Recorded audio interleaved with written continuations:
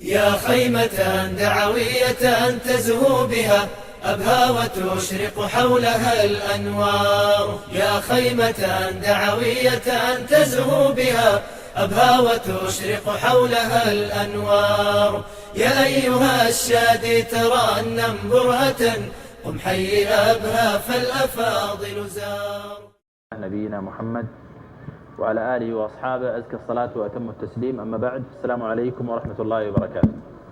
أحيي الأخوة الأكارم وأسأل الله عز وجل أن يعيننا وإياكم وأن يلهمنا هداية القلب وسداد القول. نسأل الله عز وجل أن يهدي قلوبنا ويسدد ألسنتنا، وخصوصا في موضوع يعني فيه نوع من السخونة نوعا ما، بحكم أنه يعني نطرح شيء ربما يكون غير مألوف غير دارج. ودوما في حال السباحة ضد التيار يكون هنالك شيء من المعاناة. في حال السباحة ضد التيار، يكون التيار المياه باتجاه وأن تسبح ضد التيار، فإن يكون هنالك قدر من المعاناة والجهد الذي يصيب الإنسان والعناء. فنحن الآن كأنما نشبه أنفسنا بقضية السابح ضد التيار، وليس القصد هو السباحة ضد التيار، إنما القصد هو الاستيقاظ من الزيف الذي أصاب الوعي، الزيف الذي تسلل. ولا نقول أفسد علينا دنيانا لوحدها، كلا، وإنما أفسد علينا دنيانا وأصاب عندنا بعض الدين.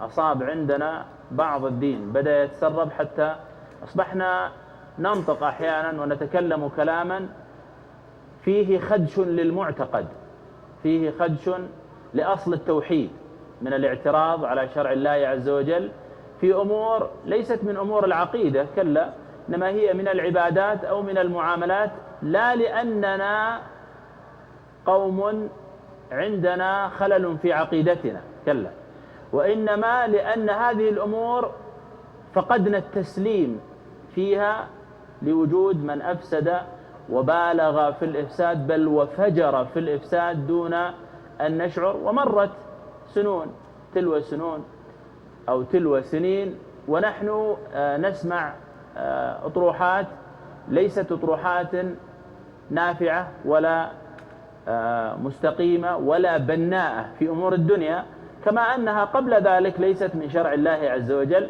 وإنما قدت بعض الآيات وأخذ منها ويل للمصلين وترك باقي الآية، أو ربما بحث بحثا عنيفا في داخل كتب الفقه لكي نستخلص ما يرضي اليهود، ثم قدمنا على أساس أن هذا رأي فقهي، وهو في الحقيقة لم يخرج من قبل، إنما أخرجه أناس بحسن نية وأناس بسوء نية أرادوا بذلك إرضاء عدونا وعدو ديننا في مجال الأسرة وفي غيرها. لكن بما أننا بصدد الحديث عن الأسرة فإننا سنتناول جزءا من ذلك. أخذنا بالأمس أن مصدر هذا الفساد الذي تغلغل لدينا مصدر خارجي حوى مثل الأخطبوط أذرعة بداخل بلادنا، تسلل عبر منصب حكومي أو عبر إعلام. هذا الإعلام إما أنه أسفر في عداوته، أو ربما إعلاما نرى أنه إعلام محافظ والمتحدث بداخله من الناصحين. فإذا بالفساد يأتي من قنوات الإفساد وهي معلومة في عداوتها، كما أنه أتانا من قناة محافظة نظن أنها قناة إسلامية، أو إن شاء الله أنها قناة إسلامية، لكن الطرح بداخلها طرح يصادم شرع الله، من حيث أراد المتحدث الخير، المتحدث يسعى للخير لكنه لم يصب الخير بل جلب معه الشرور دون أن يشعر. وأصبحنا نتناقش أحيانا في قضايا واضحة كوضوح الشمس في رابعة النهار ويحتدم فيها الخلاف ويحتدم فيها الجدل، رغم ما فيها من النصوص فإذا ما جئت بقال الله وقال رسوله قال لك لا، هو المفسرين مختلفين، رحنا للمفسرين، يعني النص مو بكافي، لازم نروح للمفسرين. ثم إذا ما جئنا للمفسرين وجدنا أيضا صراع، يقولك والله في من قال وفي من قال،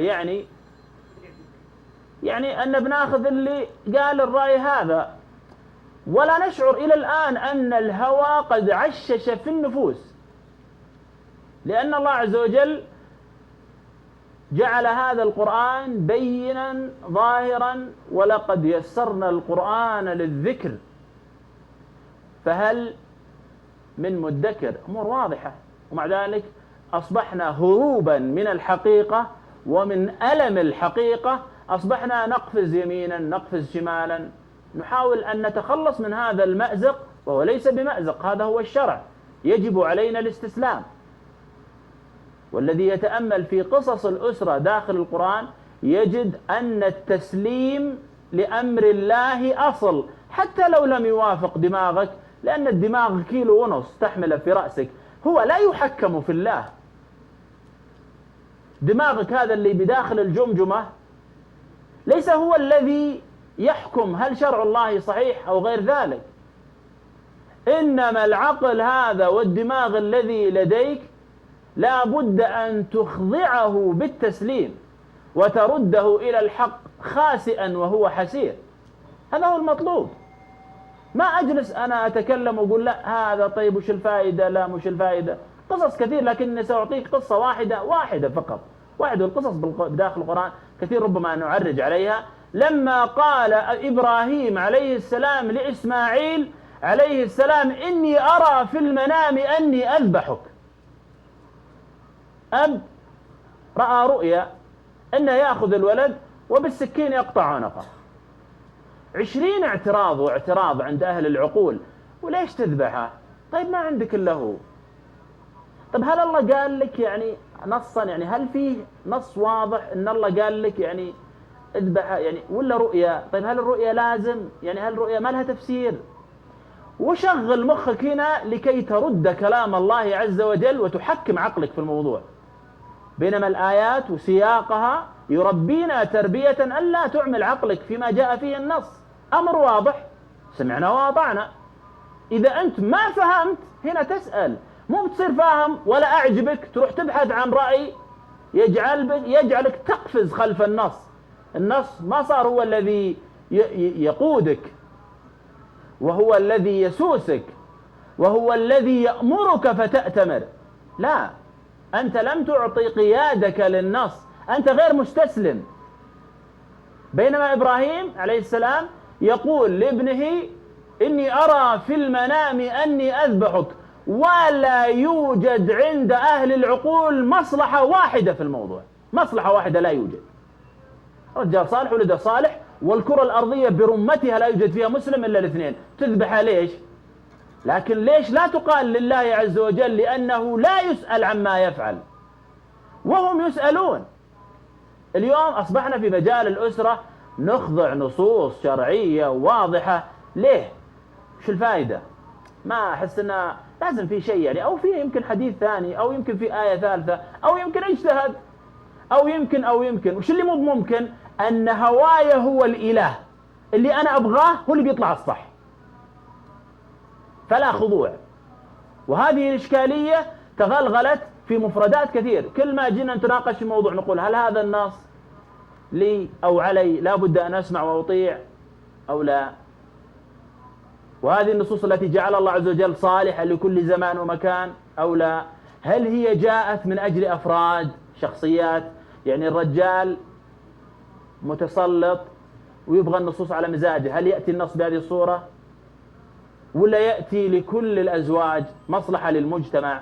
المرأة ما أعجبها على سبيل المثال، يعني قضيتنا بالأمس في قضية التعدد، هل هي المرأة معرسة على زوجها وخايفة زوجها يسمع الكلام وتبحث عن مصلحة شخصية وتريد إخضاع النصوص للموضوع وتقول والله فإن لم تعدلوا فواحدة؟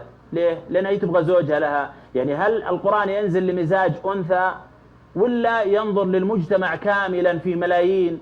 طيب لو هذه المرأة ما تزوجت، صار عمرها 35 40 ما تزوجت، هل ستقبل بالتعدد؟ تقول وقتها لا أبغاه. طيب وش نسوي؟ كلام الله ينفع لس عمرك 25 ولا ينفع لس 45؟ ينفع لس وانت عزبة ولا ينفع لس وانت متزوجة؟ طيب مطلقة؟ طيب اختس؟ طيب بنتس ما تزوجت؟ القرآن لا يلتفت لهذه الأغراض الشخصية مطلقا، لأن القرآن بعظمته صالح لحكم العالم برمته، وليس في زمن تقول والله في هذا الزمن اختلف، يعني لا نريد شرع الله عز وجل لأن في زماننا لا يصلح، في خطأ في الشرع لأنه ما ناسب عصرنا. هذه هي بواطن الأمور التي ينطق بها بأدب، وباطنها فيه الوقاحة مع الشرع. ليس العبارة هي التي تحدد، المعنى هو الذي يحدد. إذا كان الإنسان مسلما خاضعا لله ولا يعبث به الهوى أو هو يعبث بالهوى. هنا إشكاليات ضخمة هي التي تحدد، بينما نجي نتكلم في نصوص ثم نبدأ نتحدث ونرفض ونرد، ونحن لا نشعر بأننا نمارس إما غرض لأهوائنا أو نحن ربما لا نمارس غرضا لأهوائنا، نحن مخدوعون دون أن نشعر، لا ندري. أنا أتكلم وأنا ما أدري، والله إني أريد الخير فإذا بي أقع في الشر، فإذا بي أفسد، وهكذا دواليك. هذا هو محور أو زبدة أو العمود الذي كان يدور حوله كلامي السابق، أن الغرب جاءنا فقال نحوا شرعكم وحكموا الغرب. ما غرك بربك الكريم؟ الغرب هو الذي غرني بربي. وكل من عارض شرع الله أو التبس عليه أمر فلينظر هل الغرب يريده أو لا، حتى يعرف من أين انساق ومن أين أتى السوس ومن أين وقع في المصيدة دون أن يشعر. فقد أختلف أنا وأنت في أمر ما من الأمور، القضايا عندنا بالعشرات، حتى نعرف ما الصواب. انظر مراد الله عز وجل ومراد الغرب، لا يمكن أن يتفق الاثنان مطلقا، فابحث عن أيهما أقرب لله. إن لم يستطع عقلك فهم الموضوع لوجود تضليل وضباب في الموضوع، فانظر إلى الغرب يتضح لك، لما في خلاف عند الغرب. الغرب واضح، الغرب يمجد ويعظم أمورا بانت لنا اليوم أو لم تبن، أو بانت داخل إعلامنا أو في أطروحاتنا أو في كتب قد ألفت في مجال الأسرة أو في أطروحات في دراسات أو في دورات أو في برامج إسلامية أو عليها صبغة إسلامية، وهي في الحقيقة لا تقودنا نحو النجاة، إنما تقودنا صوب الهلاك، حتى ولو كان ظاهرنا صالحا، حتى لو كان ظاهرنا ملتزما خيرا نافعا. العبرة بالقلوب، العبرة بالقلوب، والشكل له أهمية عظمى عند الله عز وجل، لكن ما تعمدت قلوبكم هو موطن التسليم كما مر معنا بالأمس. وما كان لمؤمن ولا مؤمنة إذا قضى الله ورسوله أمرا أن يكون لهم الخيرة. طيب إذا صرت أنا بتكلم بعد هذه الآية، معناها صار لي انتزاع للخيرة من قول الله عز وجل، وأصبح للشرع حكمه، وأصبح لي رأي. توقفنا عند نقاط من دوامة الغرب. آخر نقطة كانت لدينا الخيانة وانتشار مفهوم ليس دقيقا صحيحا. هذا المفهوم جاءنا من المسلسلات ومن الإنتاج، أن الرجل إذا عدد فهو خائن، كما ذكرنا بالأمس ما تطرحه المسلسلات الخليجية من أن التعدد خيانة. وقلنا أن هذا اللفظ يحتاج إلى أن يعرض على أهل العلم، لأنه مخرج من الملة، وصاحبه لا بد أن تتوافر فيه شروط وتنتفي فيه موانع، هم يحكمون في أمره. لكن اللفظ أن يتهم شرع الله بالخيانة هذا كفر مخرج من الملة، حتى لو كان ما يدري هذا شيء يرجع له. نحن نتحدث عن من يخاف الله عز وجل في مفاهيمه وفي ألفاظه. يندرج من هذا بعض التضليل والضباب في قضية الخيانة، ما تعرضه المسلسلات كذلك، من أن امرأة متزوجة، وهذه المرأة المتزوجة تكون علاقة في الظل تستحق بها الرجم بالحجارة حتى الوفاة، يسمونها حب. تشتكي تقول والله أنا حبيت واحد وصار بيني وبين علاقة. طيب ليش ما تقول أنا زانية؟ ما يصلح تقول كذا، يعني تصير يعني صريح. هذا شرع الله. أنت زانية وتستحقين الرجم بالحجارة لأنك لا تستحقين الحياة فوق الأرض. إنما الذي حكم فيك من خلقك جعل ما تفعلين حده الرجم بالحجارة حتى الوفاة، ثم تدفنين تكفيرا عن هذه الخطيئة، والباقي عد الحساب عند رب العالمين. لكن هذه الجريمة العظمى ما تسمينها حب. فلماذا نخدع أنفسنا ونسمي الزنا والفاحشة حب؟ هذا من التضليل. هذه المرأة أحيانا تتحدث تقول اللي حبيته خانني، يعني إسفاف ضخم جدا. يعني هي الآن متزوجة وتزني مع رجل باسم الحب، ثم تشتكي أن هذا الفاجر الذي تحبه أو تزني معه شريكها في الجريمة تقول هو يخونني. طيب مصطلح الخيانة هنا من أين أتى؟ هل المرأة اخترعته اختراعا؟ هل كان مفقودا وهي أتت به؟ أم أن هذا المصطلح مصطلح قد اقتبسته من مكان ما؟ ما رأيكم؟ اقتبست. من الذي أعطى هذا المعنى المزيف لقضية الخيانة؟ الإعلام فقط. ومن أتاها هذا المصطلح من غير الإعلام فقد أتاها من رفقة السوء. فإذا هو خانك فقد خان الله من قبلك. هو خائن لله، وقفت عليه خورس، يعني رجل لا يرعى لله حرمة. وسنتحدث عنه في قصة امرأة العزيز كما سيأتي معنا، لكن هذا فقط يعني تعريج سريع على قضية الخيانة والعبث في موضوع الخيانة. حتى أصبح الآن يعني بعض الناس إذا قال خان يخون، كانتا تحت عبدين من عبادنا صالحين فخانتاهما، وين يروح ذهنه؟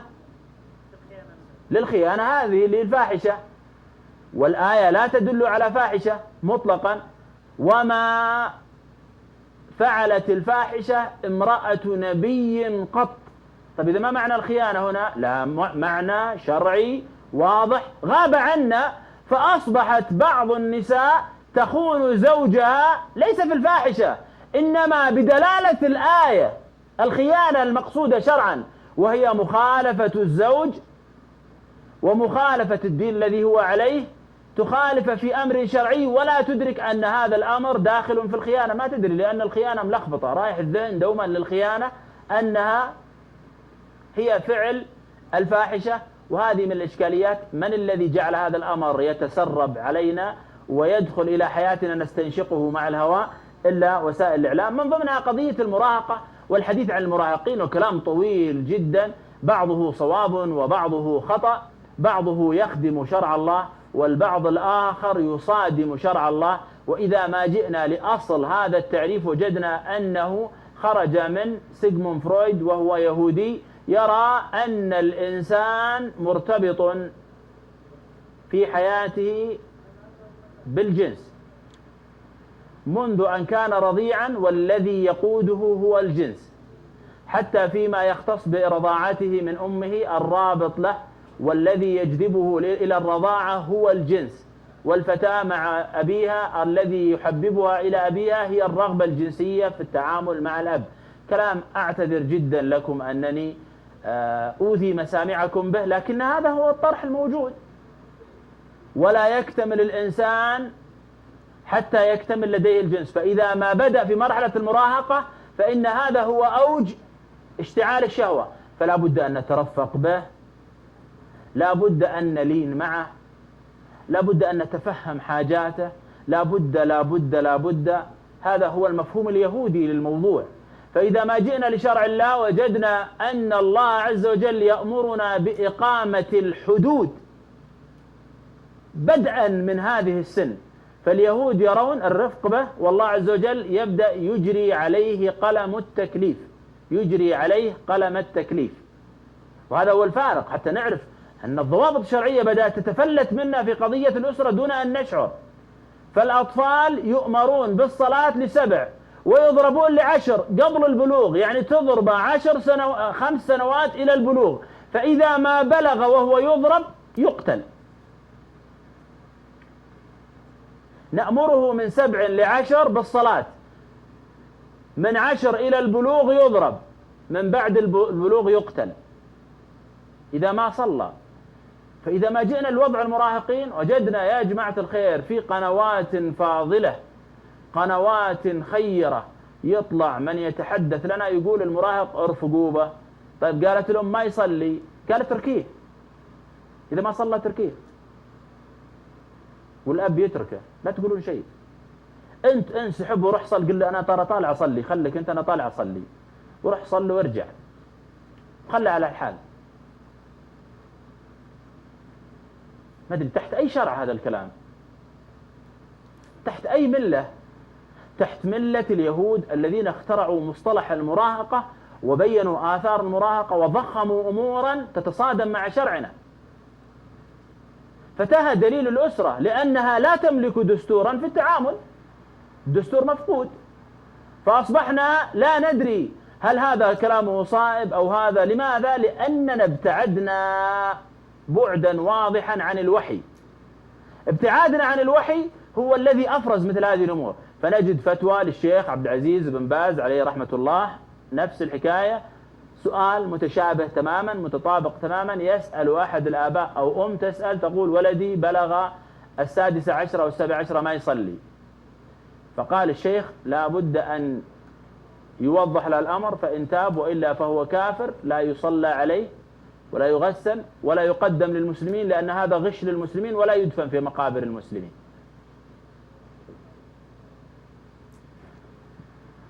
جت فتوى للشيخ بن باز يوم واحد من الشباب الظاهر مات، وجت امه دائما تبكي على ارسلت رساله ان الولد مات ما كان يصلي، فهل يجوز يعني انا ادعي له ان شاء الله يغفر له؟ فقال ابن باز انه محرم الدعاء له. نعم، هذه فتوى ممتاز، جميل. انا اقول هذا هو الشرع. والاطروحات في مجال المراهقه انتم تعلمونها، سمعناها واتخنا منها، لأنها لا ترى أن الشرع هو المقياس. الشرع ليس هو المقياس، عندهم بنود واضحة، لهم شرع آخر يختلف عن شرع الله عز وجل. وإن كنا نلتقي في بعض الأمور لكننا نختلف في الأكثر وليس في الأقل. الأقل هو المتفق عليه والأكثر هو المرفوض، لكننا جبنا لأننا أصبحنا في وضع المدافع، في وضع المستسلم، في وضع الذي يتلقى دون أن يكون له مستند صلب من الشرع. ما عندنا مستند شرع، إن بدينا نشك في ديننا أنه يبيض الوجه، يعني نحس إنه إحراج، يعني ما نقدر نتكلم بطلاقة واعتزاز وفخر. طب هذا هو الدين؟ لا، بس الأطروحات، الدراسات الغربية، المتخصصون في علم النفس، الباحثين قالوا، وبناء عليه وبناء على ما عليه، ونبدأ في سخافات لها أول ومشوارها لا ينتهي إلا في جهنم. ونحن لا نأسى على عوام الناس، لأن عوام الناس نحن الذين تركناهم فضلوا. إنما نأسى على الأخيار اللي عنده علم، اللي عنده أرضية شرعية، اللي عنده غيره، اللي عنده حرص على هداية الناس، اللي عنده أقل ما فيها تقديس لكتاب الله عز وجل ولشرعه. بس يعني هؤلاء القوم أين هم؟ وفئة كبيرة منهم تحضر أمام قنوات، وتحضر في اجتماعات، تحضر في داخل محاضرات وغيرها، فلا تسمع لهم ركزا، ما تدري هو حي ولا ساكت. لماذا يعلو الخرس أفواه الناس؟ ما فيه. حتى وصلت الجرأة إلى النبي عليه الصلاة والسلام تحت مظلة التحليل الشخصي، التحليل النفسي. وصلنا إلى الصحابة تحت التحليل النفسي، وبدأنا نحن نشرح الأحاديث تحت مظلة التحليل النفسي. شلون؟ من أعطاك صلاحية تشرح حديث؟ المستند اللي هو علم النفس هذا أعطاني صلاحية، تبي أشرح لك القرآن؟ هات القرآن، والله ما يعوق. تبيني أشرح لك أي شيء ما عاد باقي إلا الله عز وجل، وبيوصلون يعني ما عندهم مشكلة ما دام مستندة أعطاه صلاحية أن يمارس ما مارس، إذا ما عنده سقف. أما أي سماء تظلني وأي أرض تقلني، هذه عند أبو بكر رضي الله عنه. إن عندنا والله جيب ونعطيك، بلا سماء بلا أرض، نعطيك أي شيء، هذا أي شيء نحلله لك. وهنا الكارثة. وتحت المراهقة يأتينا أمور كثير في مسألة الصبا وغيرها، سيأتي الحديث لا أقول بتفصيل، وإنما سنقف وقفات مع بعض الآيات في قضية تربية الأولاد. الرومانسية والحب بين الزوجين، وكثفت يعني حصل لها مبالغات وجعل لها من الهيلمان، حتى إننا أصبحنا نسمع من شكاوى أو من أسئلة ترد على الهواء مباشرة تقول أنا ما أحب زوجي، هل أعيش معه؟ يعني بمعنى أن أحب هذه هي العمود الفقري للموضوع. هل في واحد يقدر يوقف بدون عمود فقري؟ إذن الزواج لا يقف بدون عمود فقري. ما دام ما في رومانسية ما في حب، إذن الزواج فاشل. ونبدأ نسمع من يريد أن يضخم هذا الأمر إلا بالشرع. لاحظ معي، فنجيب آيات ونجيب أحاديث قال مودة ورحمة. إيش معنى مودة ورحمة؟ هو بيفسرها طبعا من عنده، ما عنده مشكلة. طيب النبي عليه الصلاة والسلام كان ينادي عائشة يا عائش، يرخم اسمها. عمرو بن العاص يسأل النبي عليه الصلاة والسلام من أحب الناس، فيقول عائشة. هذا حب. النبي عليه الصلاة والسلام كانت حياته تقوم على الحب. والله كذبت، والله كذبت. وهذا الكلام الذي أقول هم يأتون بأدلة، يجيب لك دليل مو بواضح ثم يجعله عمدة في الموضوع، يجعله عمدة فيفسد بيوت كثير.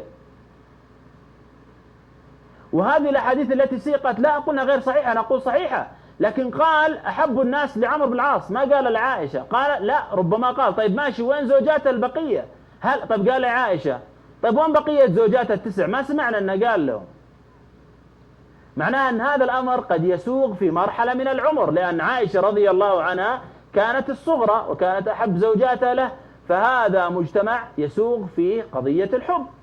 لكن قد يكون مع زوجاته الأخريات أقل حبا من وضعه مع عائشة رضي الله عنها، ولا لا؟ فكان هذا نمط قدمه النبي عليه الصلاة والسلام وكان ناجحا، وكان هنا نمط قدمه النبي عليه الصلاة والسلام وكان ناجحا، وهذا نمط وقدمه النبي عليه الصلاة والسلام وكان ناجحا.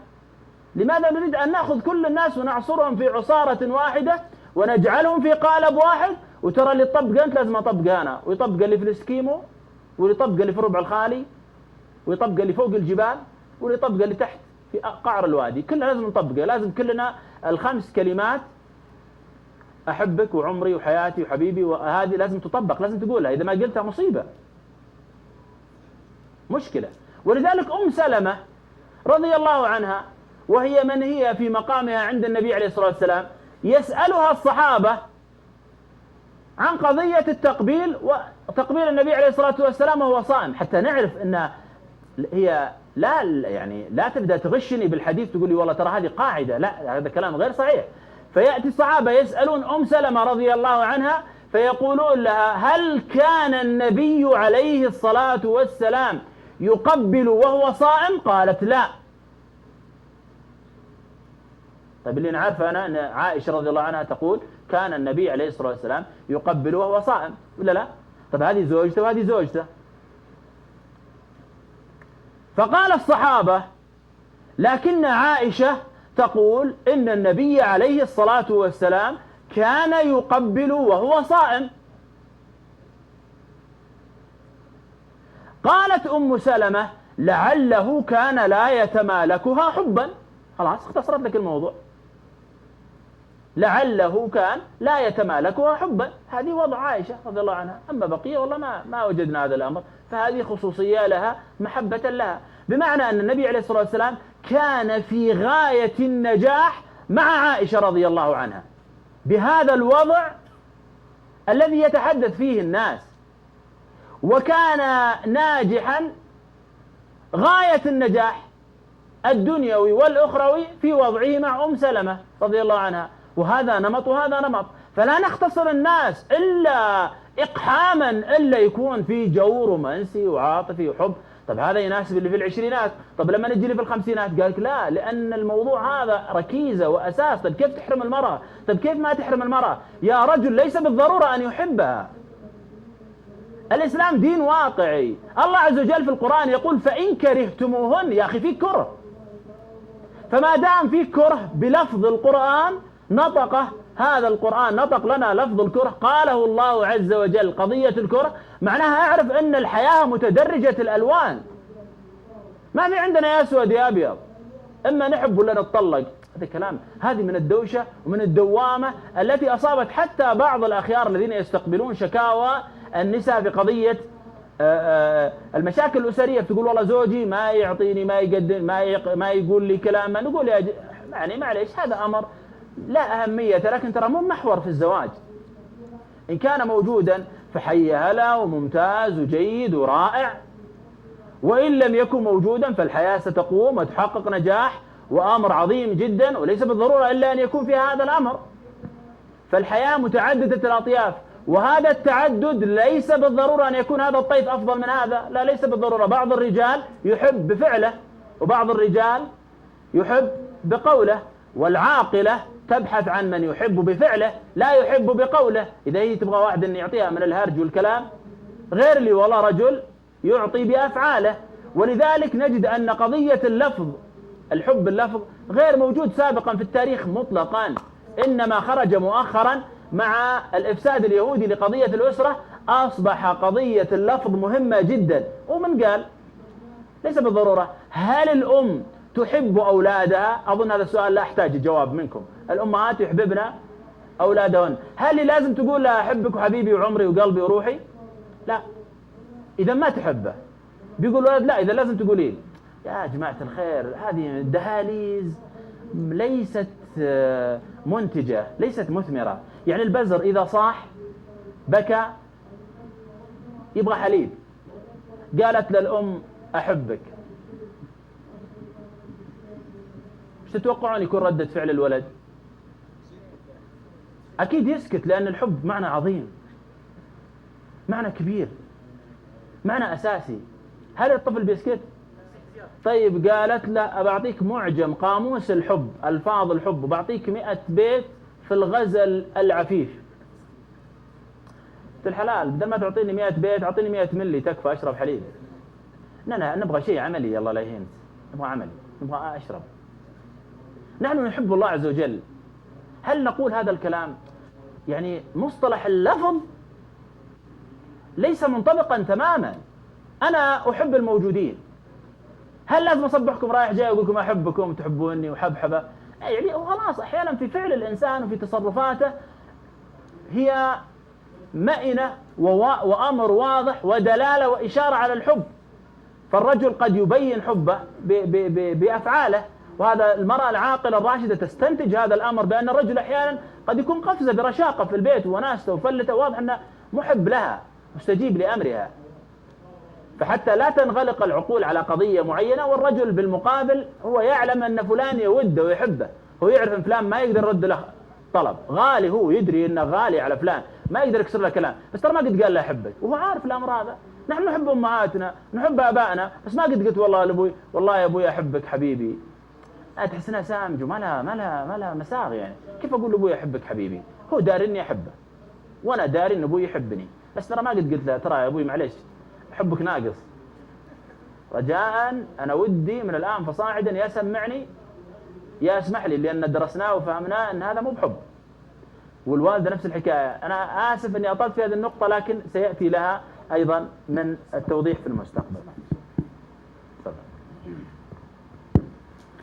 في حديث أستاذنا في ذكر حديث الرجل الذي أمن المصلين وقرأ سورة الإخلاص وكررها، فحينما سأل النبي عليه الصلاة والسلام فقال فيها صفة أو كذا لله سبحانه وتعالى. ما أدري يا أخوان لو تكرر تسمعون كلام الأخ؟ الجماعة يقولون ما نسمع، يا ريت تعلي صوتك. طيب. كان الصحابي حينما يقرأ في سورة الإخلاص وكان يكررها على جماعته في الصلاة، فسأله النبي عليه الصلاة والسلام فقال فيها صفة لله تعالى وأنا أحب وأنا أقرأ هذه السورة، فقال أحبك الله لأنك أحببتها، أو قال أحبك الله كما أحببته وكذا. فهذه فيها يعني ذكر صفة المحبة لله سبحانه وتعالى. جميل، هذا هو دليل طبعا، الله يجزاك خير. وعموما الفكرة يبدو أنها اتضحت، وهذا أيضا مزيد من تقوية وتعضيد المعنى، يعني بمعنى أن الحب في الأفعال وليس في الأقوال. أمهاتنا وآبانا وأجدادنا من قبل يعلمون مدى الترابط، بل عندهم من الحب الشيء العظيم لدرجة أن الشايب والعجوز إذا وصلوا مرحلة من السن إذا توفي أحدهما لحقه الآخر مباشرة، يحس بفقد. جميل. ومع ذلك ما عندهم هالكلام اللي إننا قاعدين نقوله، وهو يدري أن العجوز ما تستغني عنه، وهي تدري أنها من غيره ولا شيء، ومع ذلك ما غرقوا في هذا الإسفاف الذي خلق مشكلات، وبناء عليها طلع عندنا 20 مشكلة ومشكلة في الأسرة، وتتطور وتبدأ كالقيح، يعني لا يندمل ولا يعالج ويواصل الموضوع. كارثة تحصل في البيوت لأجل أمر لا نقول إن هذا الأمر غير مطلوب، لا نقول هو أمر جيد إن حصل وتوفر فحسن ويحافظ عليه الزوجان، لأن لا يوجد بين كل زوجين. إن وجدت الزوجة هذا الأمر فلتحمد الله وتنميه، وإن وجد الزوج فليحمد الله ولينميه، لأن هذا أمر من المناسب جدا أن يتوافر، لأنه يؤبط الأواصر ويزيد النسيج والوشيجة بين الزوجين. لكن إذا ما حصل فإن الحياة تقوم، بل إن رابط الأسرة ليس الحب. الله عز وجل يقول فإن طلقها فلا تحل له من بعد حتى تنكح زوجا غيره، فإن طلقها فلا جناح عليهما أن يتراجعا إن ظنا أن يقيما حدود الله. هذا هو العمود الفقري في الزواج، هذا هو لب الموضوع في الزواج. إن ظنا أن يقيما حدود الله، فإن ظنا أنهما سيحبان بعضهما محبة شديدة لا يقيمان فيها حدود الله فلا يتراجعا، لأن القضية ليست في الحب وليست في الرومانسيات، إنما إن ظنا أن يقيما حدود الله فلتقم الأسرة. إذا فقد هذا الأمر فلا حاجة للحب، حتى نعرف عندنا شيء أساسي ومهم وركيزة، وعندنا أمور جيدة ومن المناسب أن تكون موجودة، لكن إن فقدت فالحياة تواصل عجلتها وسيرها. هذا الخداع والمكر والعبث والتزييف في الوعي كما ذكرنا سابقا فيه جناية على أفراد المجتمع، فيه كوارث وألغام تبدأ تتفجر بداخل البيوت. وكم من بيت مستقر ساكن هادئ ينعم أهله بالرضا، دخلت مثل هذه الأطروحات فقلبت سعادته إلى شقاء، وأحالته إلى دوامة من البلبلة، قد أوصلت بعض الأسر إلى الطلاق، والبعض الآخر إلى الطلاق الأسري العاطفي. صاروا متباغضين متحاقدين متباعدين، كل شخص ينام في غرفة، والأولاد هذا يحرض الأولاد والمرأة تحرض الأولاد، وأصبحنا في بلبلة وهم لا يشعرون بأن ما طرح عليهم هو السبب في إفساد هذه الأسرة. قضية الإشباع العاطفي تكثر كثيرا، حتى في يعني ما يحتاج أعد لكم، يبدو أنكم سمعتم من هذا الكلام الشيء الكثير، بأن مصدر الانحراف في الأسرة ناتج من عدم الإشباع العاطفي. فالفتاة إذا انحرفت فهذا دليل على أن أهلها قد حرموها عاطفيا، والشاب إذا فسد فالسبب في ذلك أن الأب والأم حرموه من المشاعر ومن العواطف. وبدأنا نرسخ هذا الأمر وبدأ يكثر، وصار يخرج لنا أناس يعلوهم بهاء الصلاح وأشكالهم فيها ملامح الخير، وألقاه في الجب وعمره دون السابعة، مو بالجيران ولا لقى صدمة في الشارع ولا من الأقارب، لا، من إخوته في بيته، بمعنى أن شراسة العاطفة والعنف الذي أصيب به يوسف عليه السلام إنما كان من بيته، مو بواحد، كلهم أجمعون، كل الإخوة أخذوا وتآمروا عليه. وإذا جئت تقرأ كتب التفسير وجدت أن الموضوع كان في قسوة شديدة، لدرجة أن الأخ الذي حمله على رأسه خداعا للأب عندما مضى يعني تجاوز منطقة البنيان على هذا العلو، وتخيل طفل لا زال ما بعد دخل مدرسة أو في هذه الحدود، أخذه قال بمنتهى ما يملك من قوة رضخ به في الأرض، حتى إن يوسف يعني متأكد 100% أنه عثرت رجله لأنه ما يمكن يطرحه، فمن الصدمة جاءه الآخر فركله برجله، فقام يوسف عليه السلام يذهب إلى الأخ الآخر فيحتضنه فيركله برجله، ثم أخذوا يتراكلونه بالأرجل، ثم أخذوه وألقوه في غيابة الجب. يعني الموقف هذا موقف شرس. الآن لو تجي تعرض على كثير ممن يهذرمون كثيرا في قضية الجفاف العاطفي، قال لك هذه صدمة ويمكن يموت ما نساها، ويمكن يصير ما أدري ما نساها، ويعيش طول عمره وتسبب له خلل وما خلل، وكلام كثير تقول الله يستر راح الولد فيها، وعيالنا كلهم راحوا فيها، لأن هذا أمر خطير. إذا عندي 10 إخوان كلهم يتعاملون بهذا الأمر، لا ولا وقف هنا، راحوا وألقوه في البئر ليس بهدوء وحنية، لا جعله يموت. البير 4 متر، البير 8 متر، البير 20 متر، ما علينا منه، هو إذا مات ريحنا. لأن أحد الخيارين اقتلوا يوسف أو اطرحوه أرضا يخلو لكم وجه أبيكم. القضية في إيش؟ إن الأب يحبه. أصل مشكلتنا أن الأب يحب هذا الولد محبة عظيمة، ولذلك لازم يا نقتله يا نبعده. ما صار عندنا صدمة عاطفية، صار عندنا فترة من الحياة امتدت من 7 سنوات إلى ما بعد 30 كلها صدمات صدمات صدمات صدمات.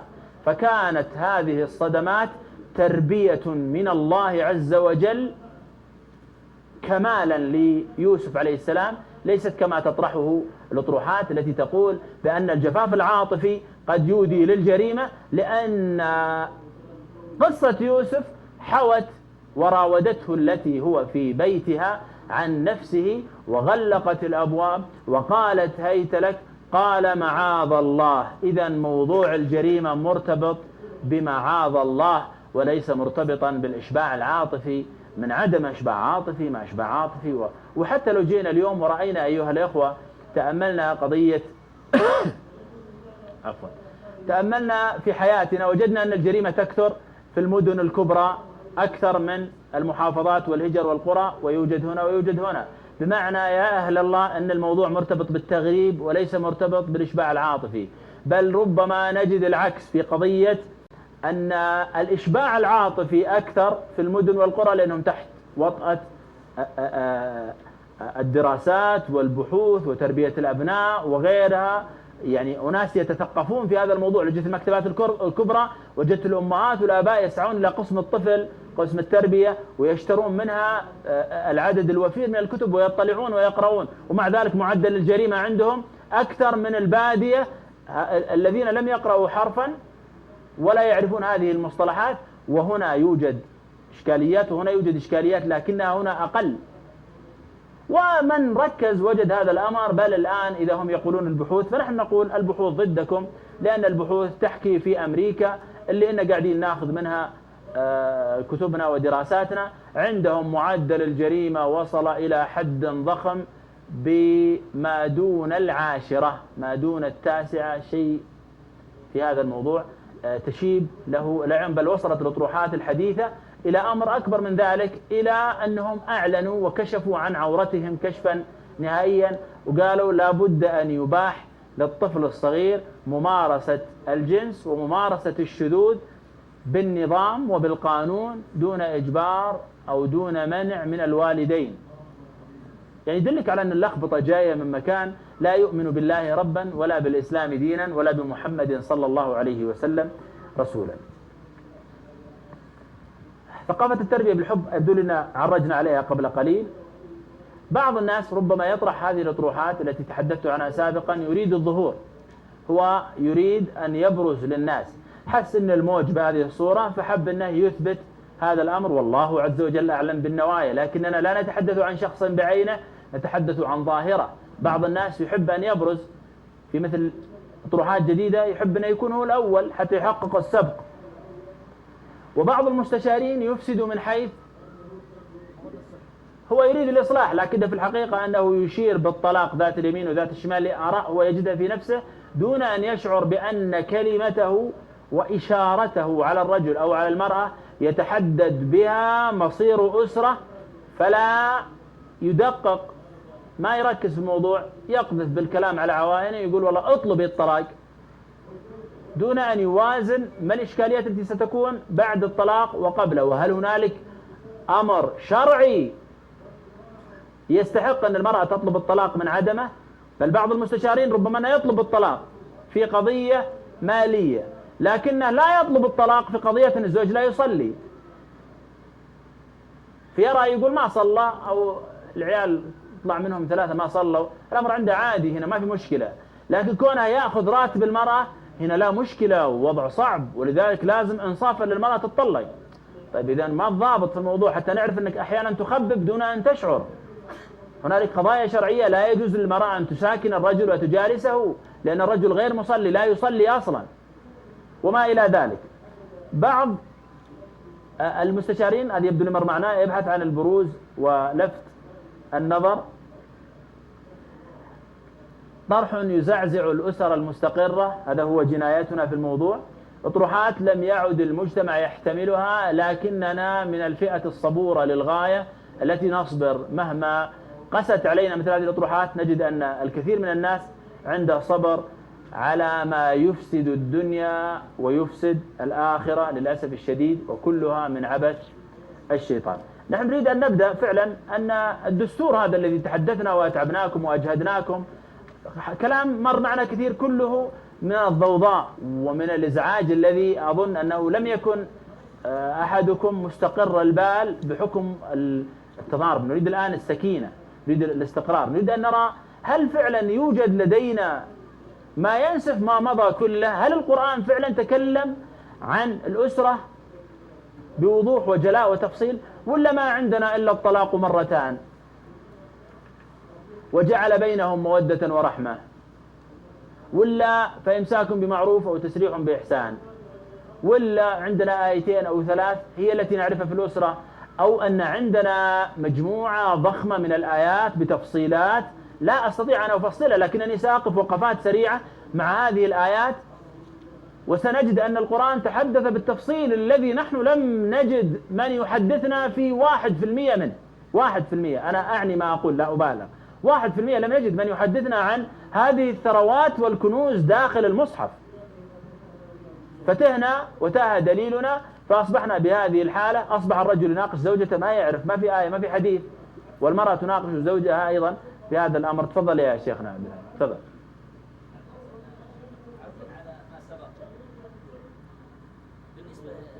ليت في لاقطة يا أخوان بس عشان الأخ.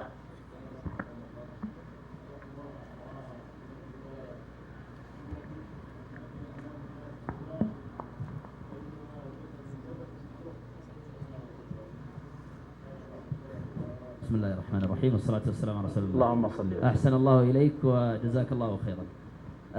قد يتساءل شخص في موضوع أن الإشباع العاطفي ليس يعني سببه، يعني سبب عدم الإشباع العاطفي هو السبب الانحراف الرئيسي. استشهادك يا أستاذ عبد الله بمسألة إخوة يوسف أو يوسف عليه السلام، يعني ألا ترى، والإخوة ما أدري هل يشاركوني الرأي، يعني هل الذي حمل إخوة يوسف عليه السلام على أن يلقوه في غيابة الجب عدم الإشباع العاطفي حقيقة؟ يعني السبب أن أباهم لم يلتفت إليه، فكان هناك جزء من عدم الإشباع العاطفي. يعني كيف نرد على مثل هذه الشبهة إن كانت شبهة؟ طبعا جزاك الله خيرا. طبعا يعقوب عليه السلام نبي، والأصل في الأنبياء الكمال، فنحن نجزم جزما بأنه أشبعهم عاطفيا بما يريده الله عز وجل، لا بما تطرحه كتب التربية، لأن يعقوب نبي يوحى له عليه السلام، فلا نشكك من أجل نظرية حتى نقول والله هم لم، لا أبدا، هذا كلام غير صحيح، هذا كلام غير صحيح. طيب الأخوة أعطوني إشارة إلى أن باقي 5 دقائق، وهذه إشارة إنذار، يعني خلاص تكفيل، فنحن نترككم وقت من الراحة، ثم بعد ذلك نستأنف الحديث. جزاكم الله خيرا. شكر لكم صبركم. ضد الطفلة الأنثى وعنف طبعا. نعم. كبت جنس. طيب مهر العروس، لو أنا المهر اللي هو تكريم للنساء دخل ضمن منظومة العنف اللي اعتبروه ثمن العروس، ثمن إن هو بيدفع ثمنها ويشتريها وبالتالي سيفعل بها ما يشاء. عايزين يلغوا المهر. عندي الميراث الأخ ضعف أخته، لو أن هذا القانون يعتبروه تمييز ضد المرأة. لماذا يرث الأخ ضعف أخته؟ فلا بيطالبوا حضرت مناظرة بين جهة إسلامية وجهة تريد أن تقر اتفاقية السيداو، هؤلاء معهم أدلتهم وهؤلاء معهم أدلتهم. فمع الإحراج، وكانت المناظرة على مباشرة في إحدى القنوات، لما انحرج الفئة الباغية التي تريد إقرار السيداو قالوا لا بس يكفي أنكم ما تقولون للذكر مثل حظ الأنثيين، في حالات كثير في الميراث ليست حالة واحدة، فلماذا تنقلوا أن للذكر مثل حظ الأنثيين؟ هي حالات كثير. وهذا ليس استسلاما إنما تمريرا، يعني أن الآن بعيدا عن السيداو نبغاكم توضحون أن ليس في كل الحالات أن الرجل يأخذ ضعف ما لدى المرأة، هذا مو بصحيح، وهم غير صادقين في هذا الأمر، وإنما هي خطوات الشيطان كما يمررون جميع مشاريعهم السابقة. ما يعطونك نهاية المطاف آخر فقرة في المهزلة في الجريمة، لا، يعطونك جرعات، فإذا قبلت هذه زادوا لك اللي بعدها، فإذا قبلت زادوا ما بعدها. هذا من التمييز ومن العنف ضد الأسرة أن يطبق شرع الله، بمعنى أن الله الرحمن الرحيم شرعه عنف ضد الأسرة. وهنا إشكالية، أصلا إقرار مبدأ شيء اسمه العنف الأسري في وقت المحنة التي نمرها الآن، المفترض أن نبعد هذا اللفظ. عندنا إشكاليات كثير، لا نستعمل مصطلحات اليهود. نقدر نقول والله في بعض الآباء يقسوا، بس بدون ما نستعمل العنف الأسري حتى لا ننجرف أو نساعدهم في مثل هذا الأمر. يكون عندنا تميزنا ويكون عندنا الحذر، فلست بالخب ولا الخب يخدعني. المساواة في المواريث. طب ميراث المرأة لو هتورث أكتر ده مش مشكلة، مش إيجابي. يعني السيداو بتقول إن لو في أي قوانين لصالح المرأة نتركها، نعتبرها تمييز إيجابي عشان نعوضها عن السنين كما يقولون يعني. نعم. لو كمان الولاية على الابنة في الزواج، ده احنا كل ده بنتكلم على إيه؟ العنف الأسري في تعريف الأمم المتحدة. نعم. الولاية على الابنة في الزواج، اشمعنى البنت عليها ولاية من الأب والولد؟ لا، ده بيعتبروه تمييز ضد المرأة، وفي مطالبات شديدة جدا برفع الولاية على الابنة في الزواج، وفعلا في دول كثيرة مش كثيرة. وهذا قد نستغرب أيها الأخوة، قد نستغرب.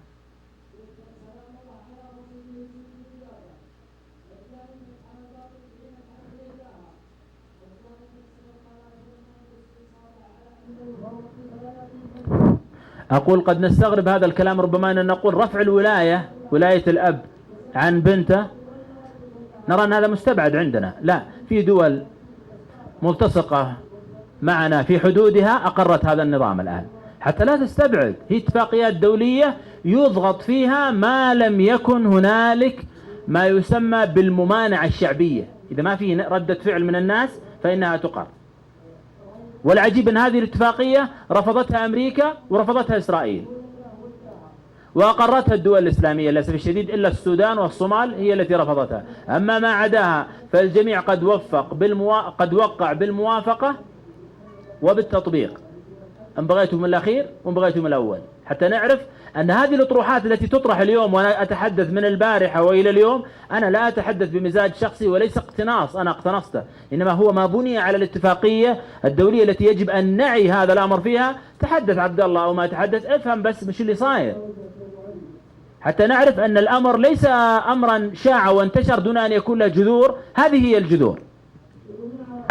يعني كم دولة عربية بدأوا إسلامية بدأوا يرفعوا الولاية في القانون من على البنت، تزوج نفسها بنفسها والقانون يحميها. نعم. طيب التعدد، ليه التعدد؟ اشمعنى التعدد للرجل ومفيش تعدد للمرأة؟ فلا بد من المساواة. فضغط الآن في اتجاه إلغاء التعدد بالنسبة للرجل بالقانون. نعم. يعني المشكلة في العلاقة تعريف الشرعية. أنت مهندس كمال، يعني المشكلة وقضية التعدد تحدثنا بها بالأمس، والبعض كان يرى أنها نوع من الموضوعات الساخنة اللي يكون فيها دائما ردة فعل، ونحن نقول هذا هو دين وهذا هو كفر، بمعنى أن الكفر يحارب التعدد. ومتى ما وصلت العلمانية إلى سدة حكم دولة من الدول مثل تركيا أو مثل تونس عندما سقط منها زين العابدين، إذا قبض على الرجل معه زوجته الثانية فإنه يعاقب بالنظام ويصل أحيانا السجن عدة سنوات. ليه؟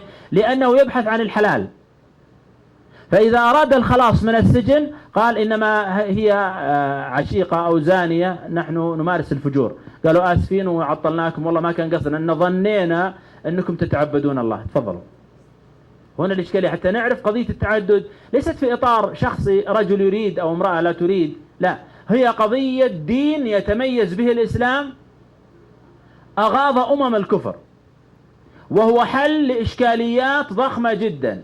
بمعنى مصر فيها 9 ملايين عانس، لا نريد أن نضحك على بعضنا، يعني هذا شرع، والاستخفاف بالعقول لا يليق، ولا نحتاج رجل يتحدث في قناة فضائية بقال الله قال رسوله وهو يكذب على الله ويكذب على رسوله ويحارب التعدد، أو امرأة ربما أنها جاشة في نفسها قدر من الغيرة المذمومة فقالت لا أريد أو أريد، لا، هو مصالح للأمة، مصالح للناس. الجوع لا نرغبه لكننا نصوم في رمضان، والحج ازدحام لكننا سمعنا وأطعنا، وكتب عليكم القتال وهو كره لكم، ما لنا رأي.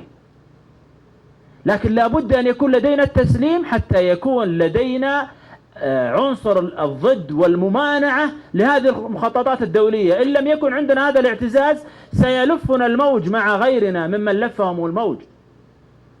فهذه القضية أنا أركز عليها هنا لأنها من ضمن بنود الاتفاقية. الآن في تعريف العنف أنهم جعلوا مصطلح العنف مصطلحا عاما يشمل ما هو عنف حقيقة مثل الضرب، ويشمل ما هو حقوق للمرأة وحقوق للرجل وحقوق للمسلم في ما سوى الضرب، حقوق الأسرة وحقوق للأسرة أيضا. حقوق الأسرة نلاحظ هنا إن ما فيش أي ذكر، يعني كيان الأسرة ككيان مش موجود. نعم. مش موجود داخل هذه الاتفاقيات، بالعكس يعني من أخطر الأشياء اللي هي تضمنها مصطلح العنف الأسري، والآن تطاق قوانين بالحبس تصل إلى 3 سنوات مع الأشغال. العلاقة الشرعية المبنية على رغبة الزوج، العلاقة الشرعية اللي هي بالزواج تعتبر من أهم أهداف الزواج الإحصائي والإعفاف. نعم. إذا هذه العلاقة كانت لا بأس مع المرأة، يعني مش معترضة، بتسميها هذه الاتفاقيات استغلال جنسي. مضحكات مبكيات لكنها اتفاقيات، هي اتفاقيات دولية، أن الرجل إذا أتى زوجته يعتبر بالنظام استغلال جنسي ويعاقب عليه النظام. طيب إذا الرجل أتى زوجته وهي لا تريد، هذا اتفاقيات دولية، أنا لا أقول شيء من عندي، حتى نعرف الهجوم على الحلال وتزيين وتسهيل الحرام. نعم. وإذا كانت المرأة معترضة مجرد عدم رضاها تسمى هذه العلاقة اغتصاب زوجي، marital rape. طب ايش الحل عندهم؟ يعني إذا رضيت أو لم ترضى كلها أشياء سلبية بالنسبة لهم. في كل الحالات هي إما هي بيستغلها يا إما بيغتصبها، يعني نعم. لازم تكون هي صاحبة الرغبة. وبعدين يا ريت الأمر يقف عند مجرد الوصف، لكن الأمر يتعدى ذلك إلى صياغة قوانين. يعني أصبح الآن المنظمات اللي هي وكلاء الأمم المتحدة في بلادنا بالتعاون مع الأمم المتحدة بيضعوا مشروعات للقوانين تعاقب على العنف الأسري بهذا التعريف. نعم. طبعا مش موجود داخل القانون هذا التعريف، لكن هو يترك هكذا. من يمارس عنفا ضد أي أنثى في الأسرة يمكن ضد أي أنثى، يعني لو مثلا أب شاف بنته معاها البوي فريند بتاعها وضربها ولا حتى شخص فيها، بإمكانها تلجأ لهذا القانون والأب يحبس 6 شهور مع الأشغال الشاقة. هذا هو الإشباع العاطفي الذي حدثتكم عنه قبل قليل، وأنه خطة نحن أخذنا منها الجزء الأول حتى نزينها، اللي هو تدليل الفتاة. تدليلها إلى وين؟ طيب حتى يأتي النظام الذي يقول إذا رأى الأب ابنته مع عشيق أو مع أي رجل في الحرام فلا يحق له حتى الكلام، لأن ترفع قضية فيسجن الأب 6 أشهر مع الأشغال الشاقة، يطلع يقول لها ليه فتشتكي، فيسجن 6 أشهر ثانية مع الأشغال الشاقة لأنها مع رجل في حرام. هذه بداية الإشباع العاطفي، حتى نعرف أننا أحيانا ننساق أمام مصطلحات براقة دون أن نشعر إلى أين نتوجه، ولا بد من إفاقة، لا بد من وقفة صارمة. أنتم أهل لها والأخوات أهل لها، لا بد أن نقف جميعا، وأنا أعيب وأعتب على الصالحين قبل غيرهم، حتى نعرف ما الذي يجري في مثل هذه البرامج الإسلامية للأسف، أو في قنوات محافظة. لا نتهم أهلها بالإفساد، لا والله، وهذه يمين منعقدة، إنما أقول إنهم استغفلوا من حيث لا يشعرون. إذا رجل في أحد الدول العربية طلعوا مشروع قانون اتمرر، حتى مجلس الوزراء مرره ووافق عليه معروض الآن في البرلمان إحدى الدول العربية. هكذا القانون، إذا الرجل أجبر زوجته على الجماع فيعاقب بعقوبة تصل إلى 3 سنوات أشغال شقة. فإذا هنا بنتعامل مع حاجة بقى مش مجرد تنظير، لا ده بدأ ينزل لأرض الواقع، وبدأ يبقى فيه قوانين يعني تخرب البيوت. من العنف الأسري أيضا الأدوار الفطرية اللي هي التقسيمة الفطرية للأدوار بين الرجل والمرأة، بالتحديد قيام الرجل بمهمات القوامة وقيام المرأة بمهمات الأمومة ورعاية الأسرة إلى آخره. هذا عنف. لماذا تختص المرأة بمهمة الأمومة وكأنها يعني عقاب؟ وهو ما تحدثنا عنه بالأمس عن خدمة الزوجة لزوجها وقيامها بشأنه. أمس كان في حوار، وكان الحوار رأي ورأي آخر. الآن حتى نعرف جذور من أين خرجت قضية خدمة الزوجة لزوجها وإثارة البلبلة في هذا الموضوع، وأن المرأة لا يجب عليها أن تخدم. وراحوا بحثوا في كتب الفقه ويبحثون عن أي خلاف، يقول لك والله مسألة فيها خلاف أن المرأة تخدم أو لا تخدم. هنا الجذر، هنا أساس المشكلة، حتى نعرف أن هنالك وكلاء عن الأمم المتحدة هم الناطقون بأنظمتها واتفاقياتها دون أن نشعر، وهم منا ومن بني جلدتنا، وبعضهم يريد الفجور والإفساد، والبعض الآخر مغرر به يريد الإصلاح لكنه بعيد عنه. وليست فطرة لا تكتمل أنوثة المرأة إلا بالأمومة. ولماذا الرجل هو الذي يختص بالإنفاق والقوامة وهو المتحكم كما يقولون وصاحب المال إلى آخره؟ اللعبة برضه بالألفاظ، بدل أدوار فطرية احنا نسميها أدوار فطرية. شالوا كلمة فطرية ووضعوا بدلها كلمة نمطية، فأصبحت أدوار نمطية. وهذه الأسرة التي تتكون من رجل وامرأة والمرأة فيها تقوم بدور الأمومة والأب هو القيم تسمى أسرة نمطية. وهذا يقودنا إلى مصطلح يعني جديد أيضا، مصطلح أيضا من المصطلحات الرائجة، وهو مصطلح الأسرة النمطية. الحقيقة هذا المصطلح لا يدعو إلى ليس مثل المصطلحات الباقية، يعني ليس مصطلحا مغريا، بل هو مصطلح مكشوف، يعني واضح الاحتيال فيه. فلماذا جعلوا هذا المصطلح مكشوفا بينما تلك المصطلحات مغطاة؟ لا، هو الحقيقة مش يعني هو بدأ ينكشف، لكن كان في البداية بدليل ان الناس وقعوا عليه بدون اي تحفظ. يعني البند 5 في السيداو لم تتحفظ عليه دولة واحدة، دليل على انه بند 5 بيقول القضاء على الادوار النمطية. لو كان واضح ساعتها ما كانوش وقعوا، استحالة كانوا يرضوا يوقعوا، او على الاقل كانوا هيتحفظوا على البند 5 زي ما تحفظوا على بعض البنود الاخرى. انما هذا البند مر في سلام ولا حد. ليه؟ دليل على انه مش معروفة معناها ايه الادوار النمطية. يعني كلمة هو يعني سلبية، فخلاص هي ادوار نمطية خليهم يقضوا عليها، ايه المشكلة يعني؟ فطبعا لا، الادوار النمطية يقصد بها اللي هو الادوار الفطرية اللي تقوم عليها الاسرة. يعني لو المرأة تخلت عن الأمومة أو الرجل تخلى عن القوامة، تكون النتيجة إيه؟ انهدام الأسرة أو حتى عدم قيامها من الأساس. فطبعا هنا خطير جدا موضوع القضاء على الأدوار النمطية. والعلة يعني هم بيعللوا بقى الكلام ده ليه عايزين يقضوا على هذه الأدوار النمطية. مصطلح جديد يظهر معانا اسمه تأنيث الفقر. تأنيث الفقر، يعني تأنيث الفقر هو مصطلح جميل ولا لا؟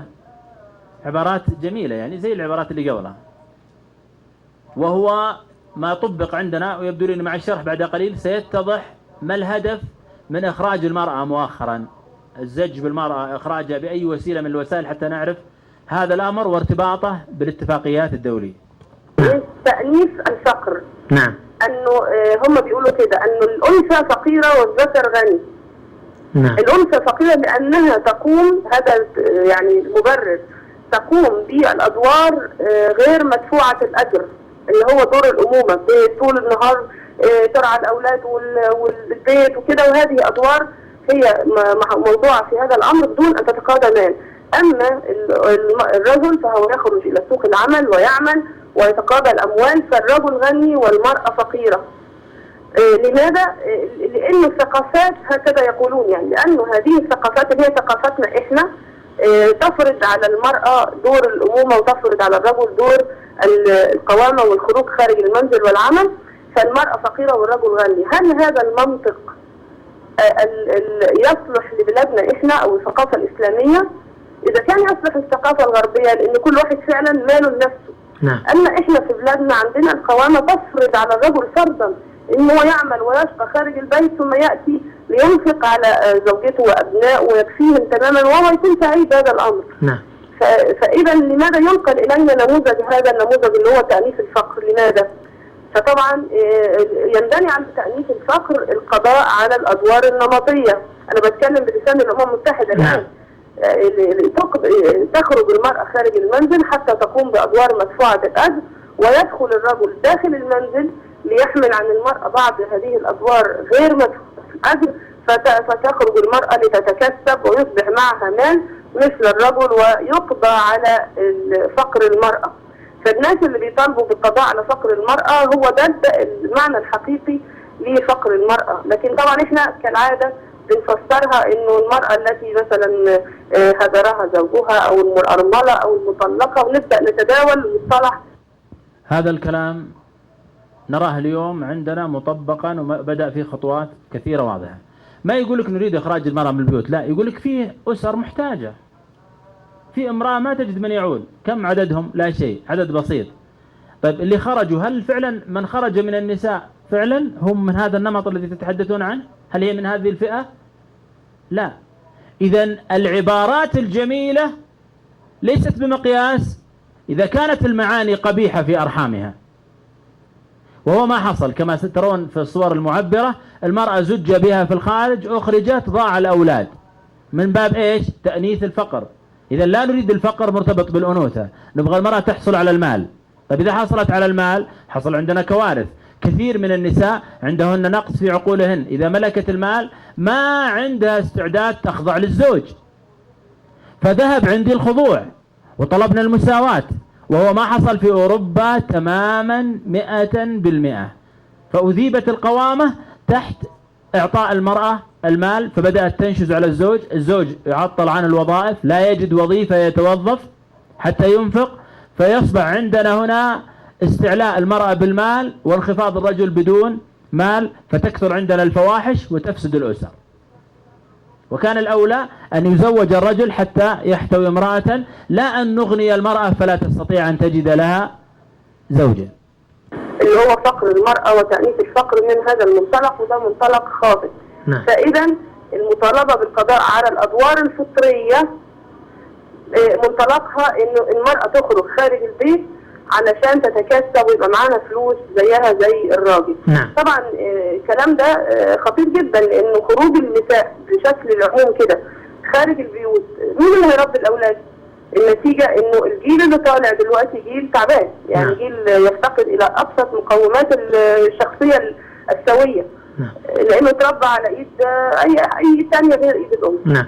هل هناك يعني رغبة في القضاء على الأسرة بشكلها الذي يسمونه النمطي من خلال هذه التوصيات؟